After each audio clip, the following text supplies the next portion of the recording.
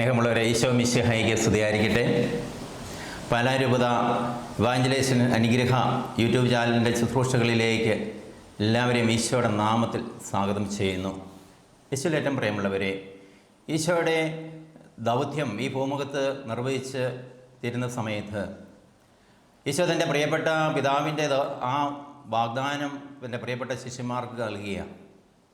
പരിശുദ്ധാത്മാവിനെ സ്വീകരിക്കുന്നവരെ നിങ്ങൾ ജെറുസലേം വിട്ടു പോകരുത്. ഈശോയുടെ കൽപ്പനയായിരുന്നു. ആ കൽപ്പന അവർ ഏറ്റവും ശ്രേഷ്ഠതയോടെ പാലിക്കുകയും ആ ജെറുസലേം ദേവാലയത്തിൻ്റെ തൊട്ടടുത്തുള്ള മട്ടുപ്പാവിൽ പരിശുദ്ധ അമ്മയോട് ചേർന്നിരുന്ന് അവരേക മനസ്സോടെ പ്രാർത്ഥനയിലായിരുന്നു 10 ദിവസം. ഈശോയുടെ വാഗ്ദാനം അനുസരിച്ചുള്ള ആ പരിശുദ്ധാത്മാവിൻ്റെ പന്തക്കോസ്താ ദൈവത്തിൽ അവരുടെ മേൽ ആവസിക്കുകയും അധൈര്യരായിരുന്ന അവർ സുവിശേഷ പ്രഘോഷണം ആരംഭിക്കുകയും ചെയ്തു. തീഷ്ണതയോടെ, പേടിയില്ലാതെ ആ ജെറുസലേം ദേവാലയത്തിൽ അവിടെ കൂടിയിരുന്ന ജനങ്ങളോട് മുഴുവൻ സുവിശേഷം പ്രസംഗിച്ചു. 10 ദിവസം ഈശോയുടെ ദൈവസന്നിധിയിൽ ഒന്നിച്ചിരുന്ന് ഏകമനസ്സോടെ ഇരുന്നവർ 10 മിനിറ്റ് സംസാരിച്ചപ്പോൾ 3000-ഓളം ജനങ്ങൾക്ക് മാനസാന്തരം നൽകുന്ന രീതിയിലുള്ള പരിശുദ്ധാത്മാവിൻ്റെ നവമായ അഭിഷേകം അവരിലേക്കുണ്ടായി. ഈ നവമായ അഭിഷേകം ആദിമ ക്രൈസ്തവ സഭയിൽ ഉടനീളം നമുക്ക് കാണുവാനായിട്ട് സാധിക്കും. ഈ നവമായ അഭിഷേകത്തിലേക്ക് ഈ കാലഘട്ടത്തെ വീണ്ടും ഒരുക്കുന്നതിന് വേണ്ടിയാണ് കത്തോലിക്ക കരിസ്മാറ്റിക് നവീകരണ ശുശ്രൂഷകൾ ഇന്ന് ലക്ഷ്യം വയ്ക്കുന്നത്. ഇതിൻ്റെ തുടർച്ചയും ഇതിൻ്റെ വളർച്ചയും ഇതിൻ്റെ ലക്ഷ്യവുമെല്ലാം നമ്മൾ ഈ തരുണത്തിൽ ചിന്തിച്ചുകൊണ്ടിരിക്കുകയായിരുന്നു. പ്രിയമുള്ളവരെ, ഈ ചിന്ത നമ്മെ എത്തിക്കേണ്ടത് സ്വർഗരാജ്യലക്ഷ്യപ്രാപ്തിക്ക് വേണ്ടിയുള്ള നമ്മുടെ യാത്രയെക്കുറിച്ചാണ്. വിശുദ്ധ മർക്കോസിൻ്റെ സുവിശേഷം 10-ാം അധ്യായം അതിൻ്റെ 35 മുതൽ 45 വരെയുള്ള തിരുവചനത്തിൽ നമ്മൾ കാണുന്നുണ്ട്. സബ്ദൈവത്തന്മാരുടെ അഭ്യർത്ഥനയാണ് തൻ്റെ ഇടത്തും വലത്തും ഓരോരുത്തർക്ക് അവകാശം തരണമെന്ന് ഈശോയോട് അഭ്യർത്ഥിക്കുന്നതാണ്. ഇവിടെ നമുക്ക് പ്രത്യേകമായിട്ട് കാണാൻ സാധിക്കും ഈശോ അവർക്ക് കൊടുക്കുന്ന മറുപടിയും ഇന്ന് സുവിശേഷ പ്രഘോഷണ ദൗത്യം എപ്രകാരം നിർവഹിക്കണമെന്ന് ഈശോ നമ്മെ ഓർമ്മിപ്പിക്കുന്നതുമാണ്.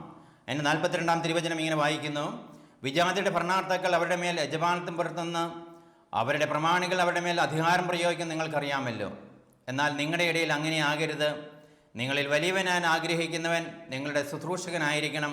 നിങ്ങളിൽ ഒന്നാമനാകാൻ ആഗ്രഹിക്കുന്നവൻ എല്ലാവരുടെയും ദാസനുമായിരിക്കണം.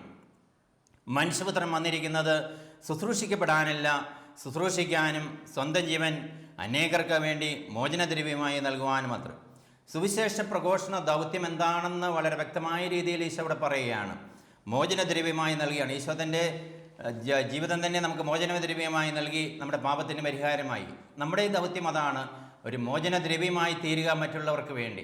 യെശയ്യാപ്രവാചകന്റെ പുസ്തകം 60-ാം അധ്യായം 1-ാം തിരുവചനം ഇങ്ങനെ വായിക്കുന്നു: ഉണർന്ന് പ്രശോഭിക്കുക, നിന്റെ പ്രകാശം വന്നു ചേർന്നിരിക്കുന്നു, കർത്താവിൻ്റെ മഹത്വം നിന്റെ മേൽ ഉദിച്ചിരിക്കുന്നു. മാമോദീസായിലൂടെയും ശരീരലേപനത്തിലൂടെയും ഈ മഹത്വവും പ്രകാശവും നമ്മളിൽ എല്ലാവരിലും നിറഞ്ഞു നിൽക്കുക. അപ്പോഴാണ് ഈശോ നമുക്ക് നൽകിയിരിക്കുന്ന ശിഷ്യന്മാരിലൂടെ നൽകിയ ആ ദൗത്യത്തിൻ്റെ പ്രാധാന്യം നമ്മൾ മനസ്സിലാക്കേണ്ടത്. പരിശുദ്ധാത്മാവ് നിങ്ങളുടെ മേൽ വന്നു കഴിയും. ജെറുസലേമിലും സമറിയായാലും ഭൂമിയുടെ അതിർത്തി വരെയും നിങ്ങൾ എനിക്ക് സാക്ഷികളായിരിക്കും എന്ന് അപ്പസ്തോലന്മാരോട് പറഞ്ഞ അതേ വാക്കുകൾ ഇന്ന് നമ്മുടെ ജീവിതത്തിൽ നമ്മൾ പ്രവർത്തിപഥത്തിൽ കൊണ്ടുവരണം. നമ്മുടെ ഇടവകയിൽ, നമ്മുടെ കുടുംബത്തിൽ, നമ്മുടെ സമൂഹത്തിൽ എവിടെ നമ്മൾ വളർന്നു വരുന്നോ അവിടെ സുവിശേഷത്തിന് സാക്ഷികളായിക്കൊണ്ട് പരിശുദ്ധാത്മാവിൻ്റെ ഒരു നവമായ അഭിഷേകം നമ്മിൽ ഉണ്ടാകുകയും ആ നവമായ അഭിഷേകം മറ്റുള്ളവർക്ക് ഒരു പരിമളമായി, ക്രിസ്തുവിൻ്റെ പരിമളമായി തീരുകയും ചെയ്യേണ്ട ഈ കാലഘട്ടത്തിൻ്റെ വളരെ ആവശ്യമായ ഒരു ഘടകമാണ്. പ്രിയമുള്ളവരെ, ഈ ആവശ്യത്തിലേക്ക് കൂടുതൽ തീഷ്ണതയോടെ വിശുദ്ധ പൗലോസ്ലീഹ അപ്പസ്തോല പ്രവർത്തനം 20-ാം അധ്യായം 28-ാം അധ്യായത്തിൽ നമ്മെ ഓർമ്മിപ്പിക്കുന്നുണ്ട്. നിങ്ങളെയും അജഗണം മുഴുവനെയും പറ്റി നിങ്ങൾ ജാഗരൂകരായിരിക്കുവിൻ. കർത്താവ് സ്വന്തം രക്തത്താൽ നേടിയെടുത്ത സഭയെ പരിപാലിക്കാൻ പരിശുദ്ധാത്മാവ് നിയോഗിച്ചിരിക്കുന്ന അജപാലകരാണ് നമ്മൾ. നമ്മുടെ ആ വലിയ ഉത്തരവാദിത്തത്തെ അപ്രകാരം നിർവഹിക്കണമെന്ന് പൗലോസ്ലീഹ വളരെ തീഷ്ണതയോടുകൂടി നമ്മോട് ആവശ്യപ്പെടുകയാണ്. ആ തീഷ്ണത നമുക്കുണ്ടോ എന്ന് നമ്മൾ ചിന്തിക്കണം. ഇന്ന് ക്രിസ്തുവായിട്ട് അഭിനയിച്ചാൽ കൈയടി നേടും. ക്രിസ്തുവായിട്ട് നമ്മൾ ജീവിച്ചാൽ നമ്മുടെ കൈകളിലും കാലുകളിലും അണികൾ കയറും. ഇന്ന് ഏവർക്കും താല്പര്യം ക്രിസ്തുവായിട്ട് അഭിനയിക്കാനാണ്.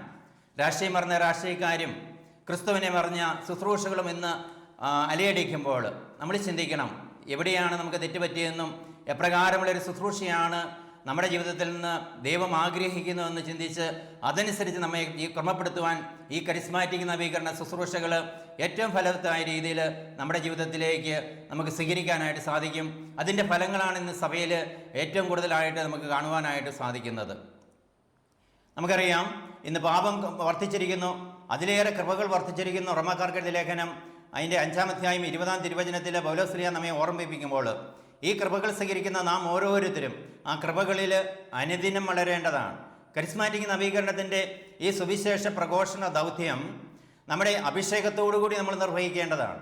ഈ അഭിഷേകം എപ്രകാരം നമ്മൾ വിനിയോഗിക്കണം, കാലഘട്ടത്തിനനുസൃതമായി ഈ അഭിഷേകത്തെ നമ്മൾ സ്വീകരിക്കുമ്പോഴും അത് നമ്മിൽ ഫലം പുറപ്പെടുവിക്കുമ്പോഴും ഫലദായമായി തീരുമ്പോഴും അത് അനേകർക്ക് ഒരു അനുഗ്രഹമായി തീരും.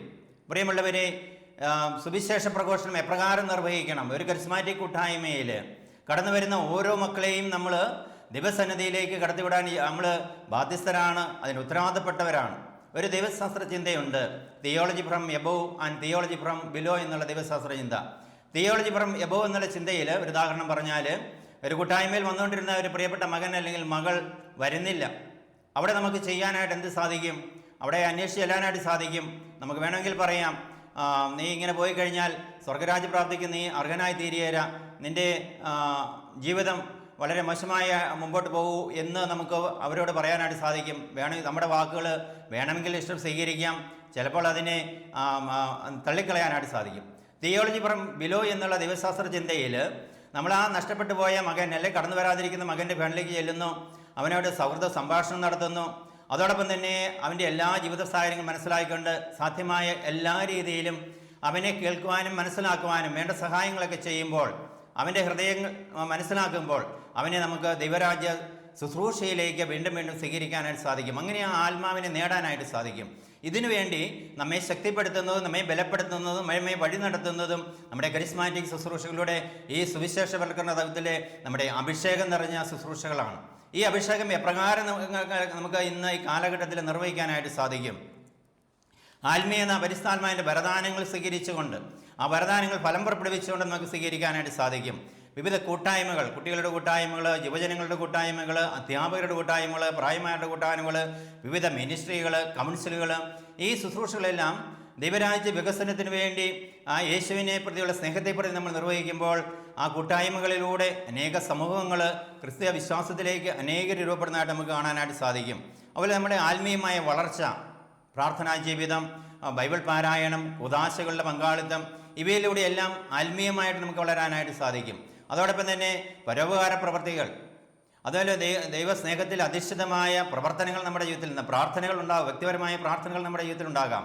സഹനങ്ങളും ദുഃഖങ്ങളും വേദനകളും ഉണ്ടാകുമില്ല എന്നുള്ളതല്ല, ആ സഹനങ്ങളും ദുഃഖങ്ങളും പരിഹരിക്കാൻ രീതിയിൽ ദൈവികമായ ഒരു അഭിഷേകം ആ സമയങ്ങളിൽ ദൈവത്തിൻ്റെ കൃപകൾ നമ്മിലേക്ക് അനിശ്ചിതം ഒഴുകിക്കൊണ്ടിരിക്കും. ആ സമയങ്ങളിൽ നമ്മളത് പ്രത്യേകമായി മനസ്സിലാക്കി നമ്മൾ മുമ്പോട്ട് പോകുമ്പോൾ ആത്മീയമായ മുറിവുകളും ആത്മീയമായ തടസ്സപ്പെടുത്തലുകളുമെല്ലാം കർത്താവിൻ്റെ തിരുമുറുകളോട് ചേർത്ത് വെച്ച് നമ്മൾ മാറ്റിയെടുക്കുമ്പോൾ അത് നമുക്ക് കൂടുതൽ അനുഗ്രഹദായമായി തീരും, ദേശത്തിനും ദൈവജനത്തിൻ്റെ ഒരു അനുഗ്രഹമായി മാറും. പ്രിയപ്പെട്ടവർ, ഈ അഭിഷേകം വ്യക്തികളിൽ വന്നപ്പോൾ നമുക്ക് ഇന്ന് കാലഘട്ടത്തിലേക്ക് തിരിഞ്ഞു നോക്കിയാൽ കാണാൻ സാധിക്കും. ശമയൻ എന്ന വ്യക്തിയെ അത് പത്രോസായി മാറ്റി, സാവുളിനെ പൗലോസായി മാറ്റി, ഫ്രാൻസിസ് സേവറെ ഭാരതത്തിൻ്റെ ദ്വിതീയ അപ്പസ്തലനെ മാറ്റി, തോമസിനെ ഭാരതത്തിൻ്റെ അപ്പസ്തലനാക്കി മാറ്റിയത്, മുട്ടത്തുപാടത്ത് അന്നക്കുട്ടിയെ വിശുദ്ധ അൽഫോൻസാക്കി മാറ്റിയത്, അന്നക്കുട്ടിയെ വിശുദ്ധ അൽഫോൻസാക്കി മാറ്റിയത് നമുക്കറിയാം. ഫാദർ അഗസ്റ്റിൻ തേർവർമ്പിലിനെ വാഴ്ത്തപ്പെട്ട കുഞ്ഞിച്ചനാക്കി മാറ്റിയത് ഈ അഭിഷേകം ആ വ്യക്തികളിൽ വന്നപ്പോഴാണ്. അഭിഷേകം ഒരു വ്യക്തിയിൽ വരുമ്പോൾ പാപി പരിശുദ്ധനായി തീരും, അലസൻ തീഷ്ണമതിയാകും, ക്ഷിപ്രകോപി ശാന്തനാകും, അഹങ്കാരി എളിമയുള്ളവനാകും, ദുഃഖിതൻ സന്തോഷമുള്ളവനാകും. ഈ കരിസ്മാറ്റിൻ്റെ അഭിഷേകം നമ്മുടെ സമൂഹത്തിൽ ചലിക്കുമ്പോൾ, വ്യക്തികളിലേക്ക് ചലിക്കുമ്പോൾ, സമൂഹം ഒന്നായി തീരുമ്പോൾ പ്രതികൂലങ്ങൾ നമുക്ക് അനുകൂലമാകും, ദുഃഖം ആനന്ദമായി മാറും, രോഗം സൗഖ്യമാകും, പ്രശ്നങ്ങൾ പരിഹരിക്കപ്പെടും, തകർച്ചകൾ ഉയർച്ചകളായി തീരും, നിരാശ പ്രത്യാശയായി മാറും, അനാരോഗ്യങ്ങൾ ആരോഗ്യകരമായി തീരും, സാധാരണക്കാർ അസാധാരണമായി തീരും, താഴെപ്പെട്ടവർ ഉന്നതരായി തീരും. പ്രിയപ്പെട്ടവരെ, ഈ ദൗത്യം കൂടുതൽ ശ്രേഷ്ഠമായി ചെയ്യുവാൻ നമ്മുടെ ആദ്യത്തെ മാർപ്പാപ്പ പത്രോസ് നമ്മെ ഉത്ബോധിപ്പിക്കുന്നുണ്ട്. 1 പത്രോസ് 5, 2, 3 തിരുവചനങ്ങൾ. 4 കാര്യങ്ങളാണ് വളരെ വ്യക്തമായ രീതിയിൽ മാർപ്പാപ്പ നമ്മെ ഉത്ബോധിപ്പിക്കുന്നത്. 1, നിങ്ങളെ ഏൽപ്പിച്ചിരിക്കുന്ന ദൈവത്തിൻ്റെ അജഗണത്തെ പരിപാലിക്കുവിൻ. അത് നിർബന്ധം മൂലമായിരിക്കരുത്, ദൈവത്തെ പ്രതി സന്മനസ്സോടെ ആയിരിക്കണം, ലാഭേച്ഛയോടെ ആയിരിക്കരുത്, തീഷ്ണതയോടെ ആയിരിക്കണം, അജഗണത്തിൻ്റെ മേൽ ആധിപത്യം ചുമർത്തിക്കൊണ്ടായിരിക്കരുത്, സന്മാതൃക നൽകിക്കൊണ്ടായിരിക്കണം.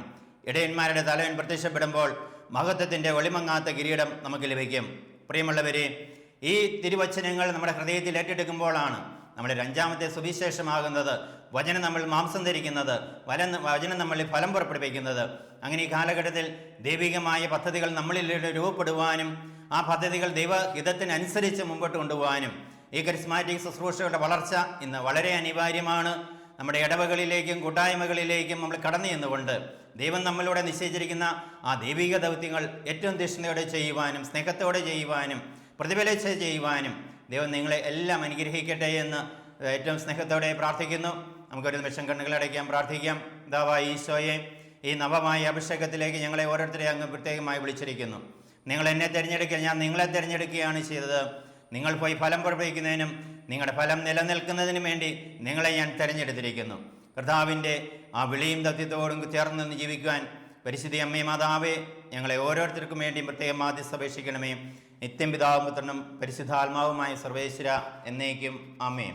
ഈശോ മിശിഹായിക്ക് സ്തുതിയായിരിക്കട്ടെ.